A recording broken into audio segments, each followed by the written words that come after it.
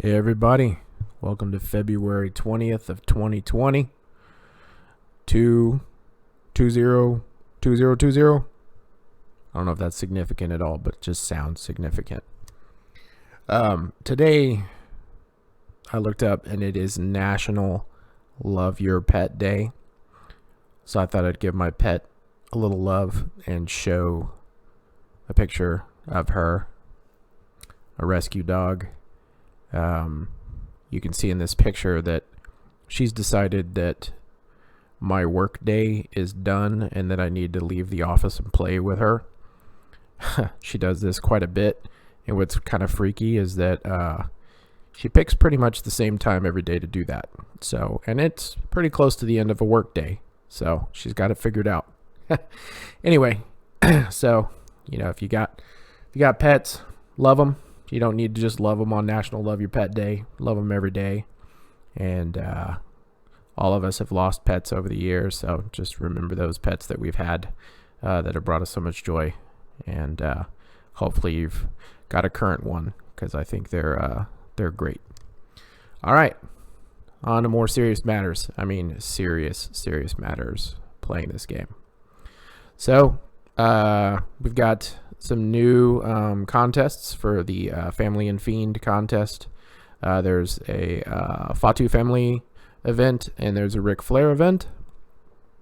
And then we also have the Thursday objectives, right? Again, another blitz, diamond and bronze blitz. And then we also have, if you have two of the outsiders, either the powerhouse Kevin Nash, the striker Kevin Nash, or the striker Scott Hall. You actually need two out of the three. You can knock out those chapters and complete the daily objectives for today. I fortunate enough to have the powerhouse Kevin Nash and the Scott Hall, the striker.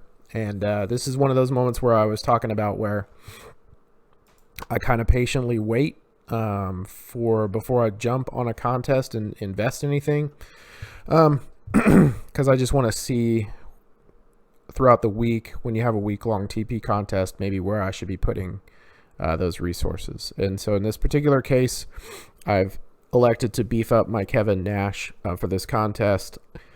I typically can justify that if the wrestler has value above and beyond just for an event. So I'll go back to my tier lists and I'll take a look, and Scott Hall and Kevin Nash are both ranked very high among powerhouses and strikers, so they're worth investing in. If they have additional value as coaches or trainers, also worth investing in. Otherwise, if I've mentioned in the past, if they don't, I'll typically leave them undeveloped and leave them as fodder for blitzes and things like that. If I don't need if I'm not going to just develop somebody for the purposes of an event, but an event is a good excuse to develop somebody who's good enough to have developed, right? If they have a benefit to you. So, so I put some TP there. I also put some TP in some other areas as well to get farther in the Fatu family contest, and I'll cover that in just a minute. But that's about it. We are down to a little over the last 24 hours for the blitz. I'm sure there's going to be another blitz next week, blitz number 4, using those same bronze and diamond blitz tickets. So consider that, how hard you want to push on this one before flipping over to the next one. My plan for this one, I think, because I don't have the striker Kevin Nash, and that's what we're getting for the diamond blitzes, striker Kevin Nash shards, I think I'm probably going to do more diamond blitzes before this is over and go ahead and try to get some more of those shards. But I'm also going to save some blitz tickets for next week to make sure that I can participate in those events next week as well. So typically what they've been doing every single week is kicking off the week with an open tour that's good enough to pick up another 2,000 tickets, and then you can pick up some other tickets from some other areas along the way. So I'll continue to hope, I'll keep a couple of a couple of tickets in the back pocket just to make sure that I have enough to complete all of the daily objectives next week as much as I can. So just part of my plan, and decide if you want to follow along. All right, so looking at the actual events, we have let's go to book 3. So we have the Outsiders event, right? I just talked about that. I haven't done any runs of that. And if you somehow have managed to already get Andrade, you can actually do an Andrade tour that, allows you to get Andrade shards so that you can get Andrade, but you already have Andrade because you're doing the Andrade tour. So, Anyway, so we have that as another option as well this week. And then, on the Family and Fiend tour, like I mentioned before, we have the Fatu and the Flare, right? So I'll show you what I've decided to do here for my approach.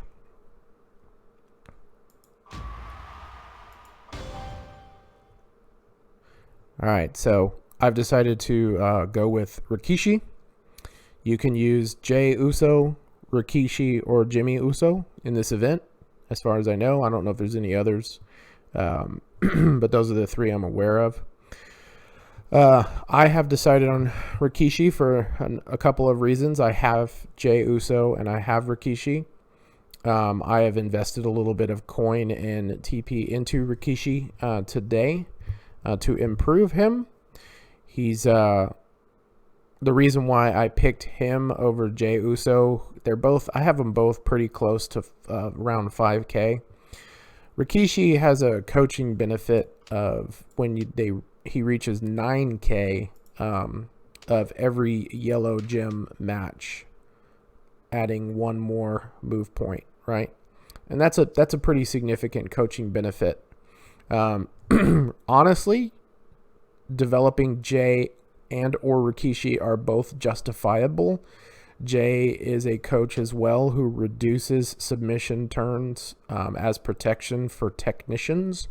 So both of them are worth taking to 4-star bronze and getting up to 9K. There's no reason not to do it. They both have benefit. But I've chosen Rikishi, and the reason why I chose to roll with Rikishi is people that have protect gym moves, I think do better in beating opponents that are stronger than them. So we're going to need to get some wins against some people that are stronger, right? So protect gym people can get those wins, and it takes a number of turns. They're slow, but they're able to protect their health with those protect gems and last longer and eventually get the wins, right? Plus the protect gems give you the opportunity to possibly pin somebody and that they can't kick out because the protect gems keep resetting the kick out damage, right? So if you're gonna throw some coin and training points, training posters at anybody for this event, I would recommend Rikishi simply because of the fact that he's gonna have a better shot at beating people that are stronger than him than Jey Uso is. But if you have Jey Uso, then by all means consider that as well. It's definitely worth developing and using in this event if that's the only one you have. So my setup for Rikishi, as you kind of already got a preview to, the Rikishi driver, the stink face, and the bonsai drop. All right, I choose these moves because this red move here will create yellow gems, and so you'll be able to use that to fill these 2 moves, right? And then he also, when he lays down the trap gems, you have the opportunity to refill the red move. So he has some recycle capability to him, right? These blue moves here don't really help with any sort of recycling capability. Entourage, using Sting to get that red move filled real fast. I'm using Gender to create more trap gems. There's other ways you could decide to run that. You could use Big E or Showboat Orton to do more yellow move damage. You could decide to use Callisto or Showboat Braun Strowman to boost the strength of the protect gems. And all of those are viable options. I'm using gender and more trap gems to just kind of sort of create more of the chaos, right, of the of the random protect gems when broken by my opponent, and then the increase in red MP if I break them, right? So I just want an opportunity to kind of be able to refill my red move, and so that that gives me that chance, a better chance, right, if there's more of those trap gems on the board. And then I have I have Barber here to reduce the number of submission turns in the event I encounter a submission. I have no idea if any of the opponents have a submission move, but if it turns out none of the opponents have a submission move, I might swap them out with somebody else that maybe offers some other kind of benefit.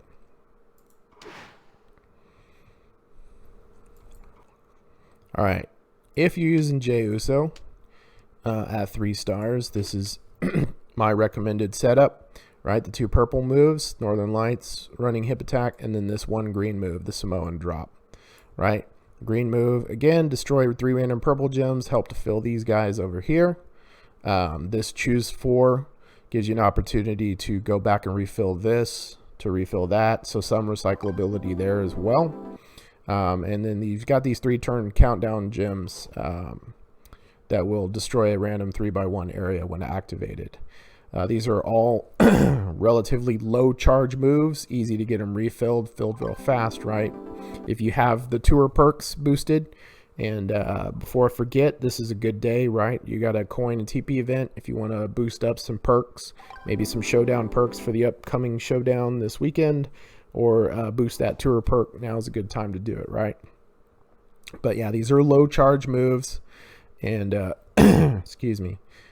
And so you can refill them pretty fast. Entourage wise, I'm going with Woods to go ahead and fill these 2 purples. I could go with the green, right? I could go with filling the green first with George Steele, and then using him to fill those purples, but I just went with Woods because of availability of text right now. This is this right here, this Harper. Harper moves to destroy purple gems, destroy 3 more purple gems, right? So he's helping with that green move, helping me to destroy more purples to get these moves filled, right? If you have Jimmy Uso, you can put him on this move here and deal the damage and then choose additional gems to destroy. So Jimmy Uso is a better trainer for Jey. But if you have Jimmy Uso, then why the hell are you using Jey or Rikishi in this event? Go ahead and use Jimmy Uso. And then I just have Asuka here just for this damage increase 24 for 1 turn after losing total health, right? And that's because I don't have a reduce submission turns coach, because Jey Uso is the reduce submission turns coach. So that's the setup I'm going with there. If I was using Jey Uso, but I'm going to use Rikishi.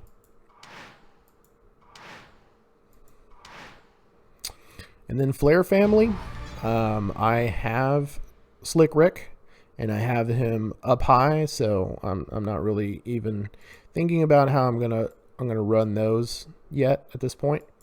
Obviously, I'm going to use that Slick Rick. If you want to know optimal Slick Rick setups, I've actually done a separate video in the past on Slick Rick, so you're welcome to go and find that in the library and watch that if you have Slick Rick and you're going to use them in that contest. And I think that's it, right? Oh, you know what? The other thing I was going to show you guys, right? So the Wyatt family event. So I was able to 3-star all of these. If you watched yesterday's video, you know my Bray Wyatt is a little over 5K. So I was able to 3-star all of those. In hard, I was able to 3-star all of those. And then in hell, you don't need to 3-star them all, right? Because you're not trying to get to the next level. But I was able to actually win every event. And if you saw my setup from yesterday, then you know kind of how I managed to accomplish this, right? It's going back to what I was talking about with tour perks and choosing your right moves and your right coaches and trainers. I will tell you, though, full disclosure, in case you try to do this and you get mad because yours is just as strong as mine, you can't get as far. I did have to use props in this last one here to get the bag. I had to use purple Shango and green Shango to keep his moves. Actually, I forget now. Is it purple Shango and green Shango? Let's go back. Take a look. Yeah, purple and green, right? So I kept him away from his moves. And then I brought a red boost for myself to be able to try to boost up and refill my moves. And I think at the time I used 2 or 3 of the ones to get his moves down, and I used 2 of the ones to get my moves up. And so that's what allowed me to win that with 1 star. This one, much more difficult. I'll admit that not only did I have to take the Shangos to keep them away from their moves, and the red one to boost my red move, red moves. I also did end up spending the in-game cash that we get.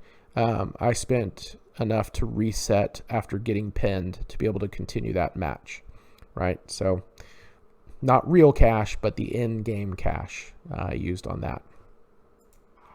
All right. I think that's it for me. I haven't actually even opened my my bag, so let's flip around and let's open that bag and take a look and see what's inside. Somewhere between 10 to 200 shards. 50. All right. I've seen a lot of people with 140 shards, so that's probably pretty common at this stage before people start working on those future events. All right, this is probably my 3rd time for saying that's it, and this time I'm being serious. So I will talk to you guys later. Bye.